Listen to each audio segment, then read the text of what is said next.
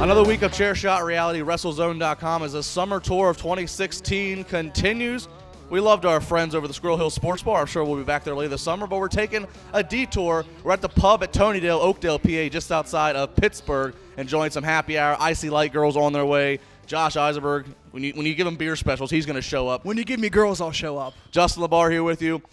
Quick, cheap plug. Pro Wrestling Tees. The shirt is out. In LaBar, we trust. Who made that design? That's your size, Eisenberg. It's the wonderful Howie Noel. Like third grader's chicken scratch. Please. Looks good. Yes, it does. What also looks good right now and has been looking good is the NXT roster. Obviously, it's been the booming third brand of WWE. But, Josh, a lot of concern about with the inevitable draft coming in July for the brand extension that NXT's going to get raided and depleted of all of its talent. Well, the good thing with NXT is it continues to replenish, whether it's guys from TNA like Eric Young or Bobby Roode, which is rumored obviously being signed to WWE and to NXT. But my problem is not necessarily it being rated, because I do think you'll see American Alpha, you'll see a couple of other big names going up there that have established themselves in NXT. My problem is I feel the past couple of months a lot of big names have lost some steam. Now, maybe it was because of Finn Balor dropping the title and nobody's seeing it, and people giving Samoa Joe that championship reign, but still nobody really seeing it. But I have a problem. There's steam being lost off of Finn Balor because it's overdue for him to go to the main roster. And there's other guys in NXT that deserve an opportunity to be in that main level, or their characters are just so good where they should be doing more than, quote, jobbing to people. A guy like Ty Dillinger, who might have the best gimmick in NXT right now, people are continuously behind him wherever he goes, whether it's Brooklyn, Dallas, or staying at Full Sail University. I'm not concerned because I think Triple H knows that there's so much talent outside of WWE still that he has not tapped. But these guys that they're booking wrong and improperly, they need to really, really see what the fans are connecting with, and they're not doing that with a few big pieces. I am not worried about NXT, the show that takes place on Wednesday night on the WWE Network. It's filmed primarily at Full Sail University. You're right. They have the name of the game has been talent, and they have found a way to find new talent, new characters, and as Triple H has said on media calls and in interviews, that there's plenty of talent sharpening at the bit at the Performance Center.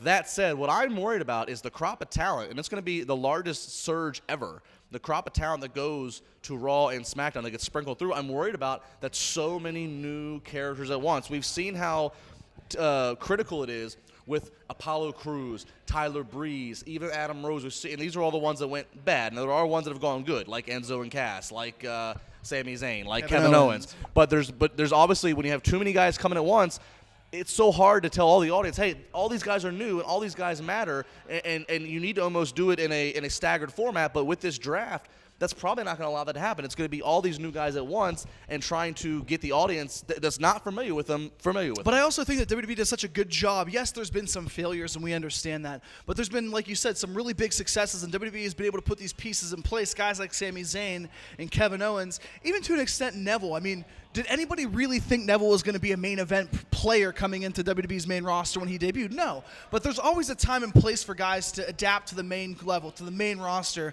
When you bring guys like American Alpha, you know that they're going to easily be established as a tag team that has a force to be reckoned with. But WWE knows how good guys are and what other guys are utilized for. I agree with American Alpha because the tag division, it's not over-flooded, but it's just deep enough that they can come in and they can fight the Dudleys, Enzo Big Cass, Vaudevillains, New Day, anybody, and it's already important and interesting. But with Kevin Owens, they hit a home run with Kevin Owens. But what happened with Kevin Owens? He came in, he fought John Cena. There's not enough John Cenas to go around to have all these new, to have. But there are Randy Ortons. Well, there are guys that have been there. There are Triple H's. So basically, what we're going to have here moving in the next couple of months is it's going to be a whole lot of the new era up against the old guard. Is that what it's going to be? It's pretty much what it's going to be, and I can see what happening. At Survivor Series, it could be the young guys versus some of the new guys with a championship match here and there. So that's obviously looking forward to November. But you look at SummerSlam. I mean, it's going to be probably a 4-hour event again. You're going to have 4 hours or of programming or more. Well, you figure it'll be 5 hours with the pre-show. So you're going to have 5 hours. You're going to have NXT the night before, which could be very interesting. I'm not going to give away some spoilers of what they're looking to book. But one name, give me one name that will make an immediate impact, aside from the obvious, the Finn Balors or the Dillinger, guys like that. Name somebody on the main roster or somebody on NXT who could make an immediate impact on the main roster. That's a good question. I mean, trying to go away from the obvious. I mean, I do think American Alpha. I do think as the tag division is surging, because here's the thing. The tag division is surging right now. while everything is all still while guys can float to both brands. As soon as guys are made exclusively to Raw or SmackDown, you need that many more tag teams to keep the depth on each show interesting. And no offense to the Breeze Dangos or Golden Troops Shining or whatever, Stars. Shining Stars, they're just not going to add it. So American Alpha is somebody that, a team that can come in, be told, hey, you're on Raw or hey, you're on SmackDown, and make an immediate impact there. I also think she's not going to be right away. I'm a huge fan of Asuka.